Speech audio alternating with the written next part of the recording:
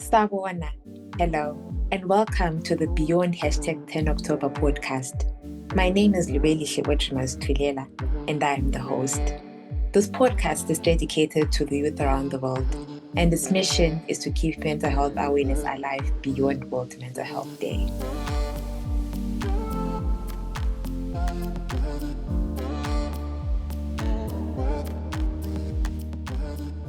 Hello, everyone, and welcome to yet another episode of the Beyond 10 October podcast. My name is Lubelihle, and I am the host. So today we will be delving into a very, very complex but interesting topic where we'll talk about how our childhood experiences influence who we become later in life. To me, this is a very, very important topic because I feel like before we even explore the different types of mental health illnesses and how we can get to identify those amongst ourselves and those around us, it's important to start from where it all begins. That is our childhood. So, in exploring this very much interesting topic today, I am excited that Ntandoyenkosi Sibanda will be joining us. And yeah, I'm super, super excited to be hosting her today. Hi, Ntando, and welcome to the podcast. Hi, Luba. Thank you so much for having me. I'm also so very excited to be here. Great. Thank you, Ntando. So, before we get into the topic, I would like you to introduce yourself. Okay. So, my name is Ntandoyenkosi Nobubele. I am currently a third-year student at the University of Zimbabwe doing child development and psychology. I'm so passionate about children. I love children so much, and everything children is just so amazing to me. Hence, me choosing to do the child development and psychology degree, I think anything child related is just so perfect to me. And then me now doing the degree in child development, it now helps me understand the emotional development, the cognitive development, the physical development of children, which is something so amazing, which is beyond what any other person can just see or can just see. Okay, thank you so much, Ntando, for the introduction. I'm super, super excited to have you here because you have such vast experience in the field. So I trust that whatever you'll be sharing with us today will be beneficial to everyone. Yes, thank you. All right, so let's just get into it. I feel like we should start from discussing if there is a role childhood experiences play in shaping who we become really later in life. I think that would be a good start for this kind of episode. Okay. Yes, there's a very big role in how our childhood shapes our adulthood because the foundation of childhood is who we are going to become in our adulthood or later in life. So, for example, let's take a look at a child who is growing up in an abusive environment. We know that a child growing up in an abusive environment will either end up in jail after abusing another person. Why? Because it's something that they grow up in. To them, it's their normal environment that they know of, and which makes me come up with a confusion. You could see children learn through imitating behavior. There's a theory in psychology which was discovered by Bandura, which says children learn through imitating. Hence, if a child grows up in an environment which is abusive, they imitate their behavior. And to them, that's what the environment is telling them to be. That's what the environment is telling them how an adult behaves. That's what the environment is telling them how a father behaves. Hence, if that person grows up, chances are more that if they don't get guidance, they are going to be also abusive. Why? Because they got that behavior whilst they were children and they imitated that behavior from their caregiver who was around them all the time. So yes, childhood experiences they have a big role in adulthood. Amazing stuff, Ntando. So just as we move with our discussion from the legal psychology, I understand that since these experiences differ, like these childhood experiences, since they differ from person to person, right? Yes, That yes, automatically means that there'll be different attachment styles, yes. that person will have. So, would you like to tell us the different types of attachment styles and how they manifest themselves, like in each individual? Okay, so first we need to take a look at how the relationship between a caregiver and a child is formed, right? So Mm-hmm. for a child to be able to form a bond with their caregiver or with their parents, look, okay, so there's one which is secure attachment. This is where a child feels safe to explore even when the caregiver is around. This is where a child feels safe. They know that I'm secure with my mom. They've bonded to an extent that they feel so safe and so confident around their mom. And when they now grow up now, they feel comfortable and they'll be independent. And such people with a secure attachment from childhood, they tend to form healthy and balanced relationships. And Mm-hmm. first form of attachment, which is one, secure attachment. Two, we have the anxious attachment. So this one is when a child is overly dependent on the caregiver, right? And Mm-hmm. it's in when a child is really they get very stressed when they are separated with their caregiver, and when the caregiver now returns, they are not easily comforted. So now when that person grows up now, they tend to be very insecure in their relationships. The attachment between them and their caregiver when they were still a child was overly dependent on caregivers. So now when that person grows up, they may appear needy, they may appear insecure and overly sensitive in relationships, and they often seek validation. These are the some of people that are giving people problems in Jolo things. For sure. Yes, it all started in childhood. Okay, so Mm-hmm. now it's manifesting later on in life. Yes, so Mm-hmm. they now tend to be needy. They now tend to be insecure, and they often seek validation. Why? Because Mm-hmm. they were clingy on their caregivers, right? Then we now have the avoidant attachment style, which appears emotionally distant when a child and doesn't when the child is now in this type of attachment, right? They may Yes. they may express their emotions. Why? Because the parent is not emotionally available.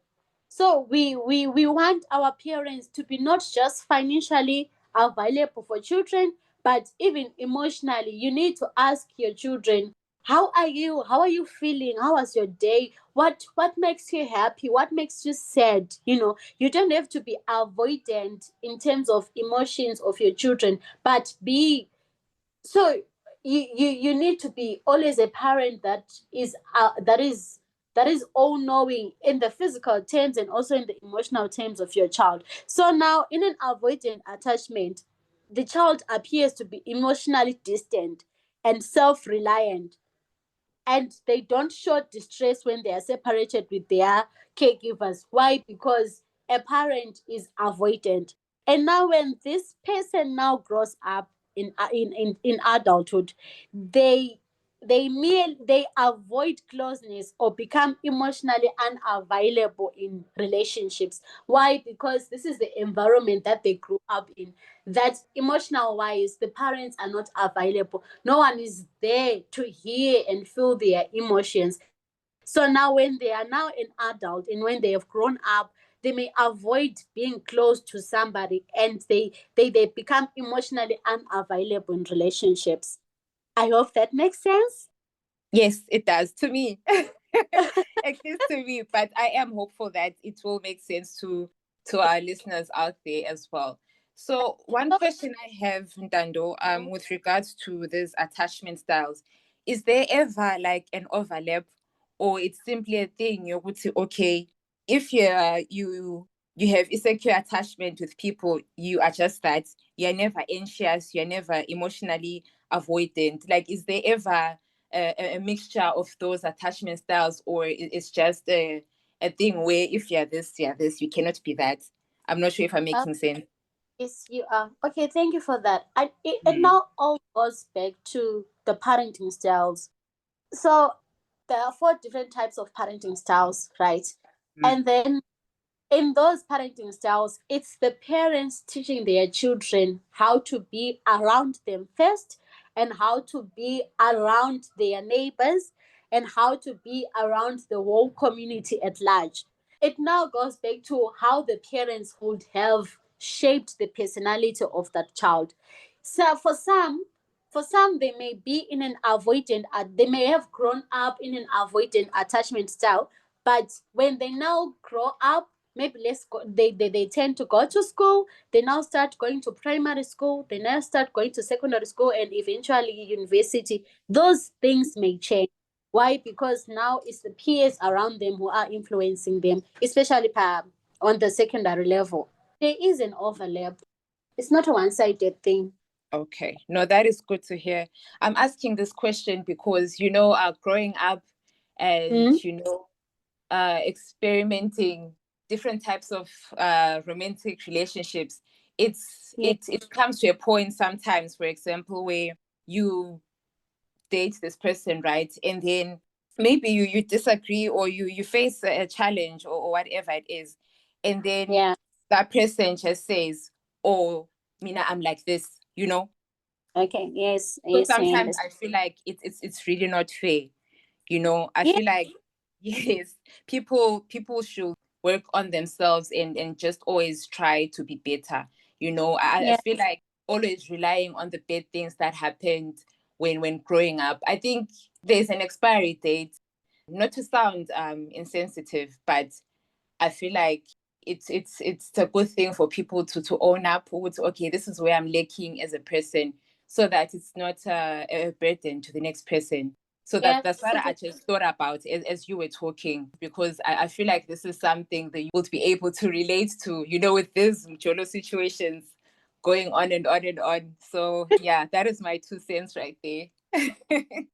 Just to add on there, and we talked about the avoidant attachment style, Yes. where parents are not really available, and Mm-hmm. then child seeks validation on other people, and then later when they grow up, they may become emotionally unavailable in relationships. So Mm-hmm. I think such a kind of a person gets into a relationship with someone who grew up in a secure attachment style, they Mm-hmm. chances are may be able to change their mindset, even though it's their childhood that shaped them back then. But if your surrounding, if your peers now have a different view of point, they are able to change you. Why? Because during childhood, for the first, let's say, 10 years of your life, it's the Mm-hmm. caregiver, the parent, who really matters, who says a word, and then that's it, that's final. But now when you grow up, let's say when it comes to puberty, adolescent, your peers, the people around you now are the ones that matter. Why? Because you want to please them. You want to be Yes. that cool, and you want to be that, that well-known somebody at school. So chances are you follow what they're saying. And then if you find a group of friends who grew up in a secured attachment style, for sure your mindset, it can start to change. So it change. I think it changes over time, Mm-hmm. but it's Mm-hmm. hard because the brain of a child. Okay, so the very first 5 years of childhood, that's when the brain takes in things. That's when the brain learns some stuff, and then to unlearn now those things later in child in adulthood, it gets so hard. So it might be a long process, but eventually with time they'll get better. Okay, no, I do understand, and I'm learning a lot really. So what the other thing I'm getting from this point is that the environment and cultural norms play a very significant impact on how a person develops over time. We do have that statement that says umuntu ngumuntu ngabantu anti. Yes. Yes. So the caregiver or the parent, yes, there is a role that they play when they are home. But then now, if a child then goes to school, that means at school, the teachers are there to mold that child. And now, if the child is then coming back from school, they're getting into the community. And now the community also has a role that they are playing in that child's life. So, yes, the environment has an impact on Mm-hmm. how their personality and how people shape their behaviors. Okay, cool. So the long and short of it is that it does get better depending on how each individual is receptive to change. Yes, yes, it does. Mm-hmm. Okay. I Yes, feel like this gives me hope and all those and all those youth who are listening to this episode right now, because sometimes you get to think, Uguti, like that does it even get better? But I feel like the yeah, more we engage in such topics, the more hope there is for different people around the world. So I yes, feel like it's just important to have these conversations so that there is solidarity at the end of the day. I'm one person who believes Uti, the more there is dialogue about such things, the more we build a solidarity so that we normalize having these talks and conversations, and we're able to pick and choose so that we live a better life at the end of the day. yes, that's very true. Yeah. There's always the end of the tunnel, right? Mhm. So Yeah, the other thing I also picked is that when we are talking about these different attachment styles, both the negative and the positive experiences, child experiences, play a part in shaping who one becomes in adult life. I feel like sometimes yeah, we lean more on the negative. That's just my opinion. So I'm just learning also Uguti, the positive experiences also fit into who one becomes as they grow up as well. yes, that's very true, Luba. Yes. Thank you so much, Ntando, for all this information. I did learn a lot. Some things I knew from the legal psychology I did in varsity, but I feel like he just made things super, super easy and super, super understandable. And I'm sure that our listeners will also learn a lot from the information you just shared with us. So thank you so much, Ntando. Okay, thank you so much for having me, Luba.